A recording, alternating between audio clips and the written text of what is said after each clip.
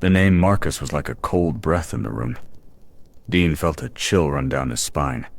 It was a name from a dark time, a time full of pain. Don's voice was low. Marcus was more than just a traitor, he said. He was a friend to our parents. Like family. Dean remembered Marcus. He was strong, respected, a leader in the witching hour. It was hard to believe he could turn on them. This wasn't just about the witching hour being hurt. This was about a friend, a mentor, turning into an enemy. It felt very personal. He knows all our old ways, Don said. The maps, the safe points, how we think. He'll use our own past against us. Dean nodded slowly. Then we need to know his old ways too, he said. We need to go back to where it all started. They decided to visit places they hadn't seen in 15 years. Old safehouses, forgotten training grounds, places full of old memories, both good and bad. Maya was already laying out her cards. She had crystals and strange powders too. She would read the old energy left behind. The old pickup truck rumbled to life. Their journey into the painful past had begun. The air felt heavy with what they might find. The first stop was an old safe house. It was hidden deep in the woods, covered by thick vines. The roof had fallen in, and dust covered everything. The inside was quiet, too quiet. Dust motes danced in the light from cracks in the roof. Every step echoed the silence of forgotten lives. Maya found a clear spot. She placed her hands on a dusty table, closing her eyes. She reached out with her mind, trying to feel the energy of the past. So much here, Maya whispered. Fear, hope, laughter, anger. It's all still here, like whispers on the wind. Suddenly, Dean saw something. A flash in his mind. Marcus, younger, laughing, teaching him how to clean his blade. Marcus was a good teacher, strict but fair. He always pushed Dean to be better, to master his skills. They trusted him. Everyone did. Marcus was strong, wise, and seemed to care about all of them. It made the betrayal sting even more. Don's face tightened. He was remembering something too. Not a lesson, but a quiet conversation, late at night. Marcus was talking about making the witching hour stronger, but it felt wrong, like he wanted to change too much, too fast. Marcus spoke of power, of control. He said sometimes you had to break things to make them better. It sounded cold even then. He was a great teacher, Dean said. Don shook his head. He was already thinking about changing things. Dark changes. Maya opened her eyes. There's a faint trail of energy, she said. It leads to another place. An old training ground. They stepped out of the old safe house. The fresh air felt good after the heavy feelings inside. They got back in the truck. The drive to the training ground was long. Trees blurred past the windows. No one spoke much. Their minds were full of Marcus. They found the training ground. It was a wide open space, now taken over by weeds and tall grass. Old wooden targets had rotted away. Dean looked around. He remembered countless hours here. Sweat, bruises, and Marcus pushing them past their limits. Always pushing. Maya felt the air. The energy is stronger here, she said. She pulled out a small pendulum, letting it swing over the ground. A flash hit Dean, stronger this time. He was sparring with Marcus. Marcus was fast, strong, almost too much. He fought with a cold anger Dean hadn't understood then.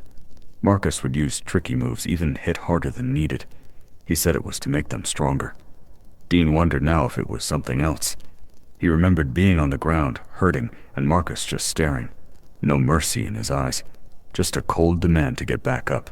Don felt a shiver. He remembered Marcus talking to their parents. A plan for the witching hour that was dangerous, too risky. Marcus spoke of cleansing the weak, making the group pure. Even then, Don felt uneasy. It sounded like cutting out parts that didn't fit. It became clear Marcus wanted control more than he wanted family. His plans always led back to him being the one in charge. He was building a fighting machine, Dean said. No heart, Don added.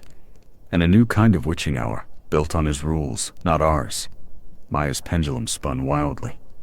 There, she gasped, pointing to a faint shimmer in the air. A very strong echo. It's pulling us somewhere remote. Satsek gathered their things quickly. The last echo felt different, darker. A strange feeling settled over them, a sense of danger ahead. The roads grew narrower, leading them far from any towns. The trees pressed in close. The air grew colder, even in the midday sun. Finally they saw it. An old outpost, half collapsed, hidden by thick mist. It looked like a ghost of a building. No sound came from it. The echo here was not a whisper. It was a roar in Maya's mind, so strong it felt like a heavy weight in the air around them. Dean's hunter senses screamed. This wasn't just a memory. Something was wrong. Very wrong. He gripped the Boontot Pagi bracelet on his wrist. "Be careful," Don said, his blind eyes scanning the air. "This feels like a trap. A snare set just for us." They moved slowly, stepping inside the broken walls. Dean had his hand on his weapon. Maya held one of her revolvers ready. Don walked beside them. The air grew colder. Shadows twisted and stretched. Then, from the deepest dark, a figure began to form. It shimmered like heat haze. It was a hunter. A woman, familiar but ghostly. Her eyes glowed with a faint, angry light. This was not a living being. The echo moved. Its steps were silent, but its attacks were quick and brutal. Dean knew those moves. It was Marcus's own fighting style, sharp and deadly. Dean wasted no time. The Boontot Pagi bracelet on his wrist pulsed. With a flash of light, it became a strong, heavy staff in his hands. He lunged forward, staff held high. This was an illusion, but it could still hurt them. He had to stop it. The staff hit the echo, but it passed right through like hitting smoke. The illusion barely wavered. It was not affected by raw power. The echo spun, its hand lashing out. It wasn't a physical hit, but Dean felt a cold surge of pain like ice spreading through his arm. Maya raised her revolvers. Asterisk, bang, bang. The special bullets flew, glowing blue. They usually hurt magic creatures, but this was different. The bullets went right through the echo too, but this time the illusion flickered like a candle flame in a breeze. It was a start. "It's not truly physical," Don yelled. "It's a psychic projection. It feeds on old echoes." Don extended his hand. He began to chant, a low, powerful hum. He was using Sanib not to possess, but to disrupt the illusion's mind link. The ghostly hunter staggered. Its glowing eyes flickered, losing focus. Don's power was hurting it, shaking its very form. Dean saw it. It wasn't fully physical, but it was asterisk their asterisk. He poured raw energy into his staff, not a spell, but pure force. He swung, hitting the flickering form. This time, it wasn't a pass-through. There was a solid asterisk thud asterisk, and the echo recoiled, screaming silently. Maya understood. "It's a strong echo, not just an illusion," she shouted. She quickly chanted, her revolvers glowing even brighter. Asterisk bang, bang. The bullets burst on the echo's form like tiny explosions of light. Parts of its body ripped away, dissolving into smoke. The ghostly hunter screamed, a sound only they could feel. Its form tore apart like paper in a strong wind. It fought, but it was losing. Dean roared, bringing his staff down one last time. A wave of pure force pulsed from it. The echo shattered into a million tiny lights. Silence fell. The ghostly hunter was gone. Only a faint shimmering dust remained, falling to the broken floor like glitter. Maya rushed to the shimmering dust. "It left something," she said, kneeling. "Not physical, but a trace. A strong one." She took a pinch of the dust, letting it fall through her fingers. Her eyes focused, pulling images from the faint energy. Her eyes widened. "I see it," she exclaimed. "A map. And a symbol. It's the location of the final stolen Agimat." Don leaned closer, though he couldn't see it. "That symbol," he murmured. "It's the ancient mark for a nexus point. A place where power gathers." Dean's blood ran cold. "So he's gathered all the power," Dean said.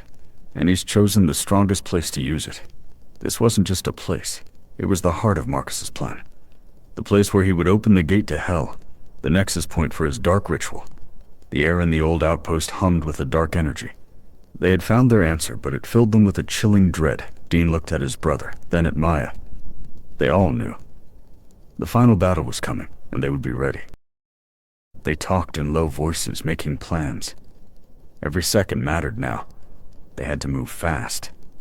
Outside, the sun was setting. Long shadows stretched across the ruined outpost. Night was coming, and with it, their next move.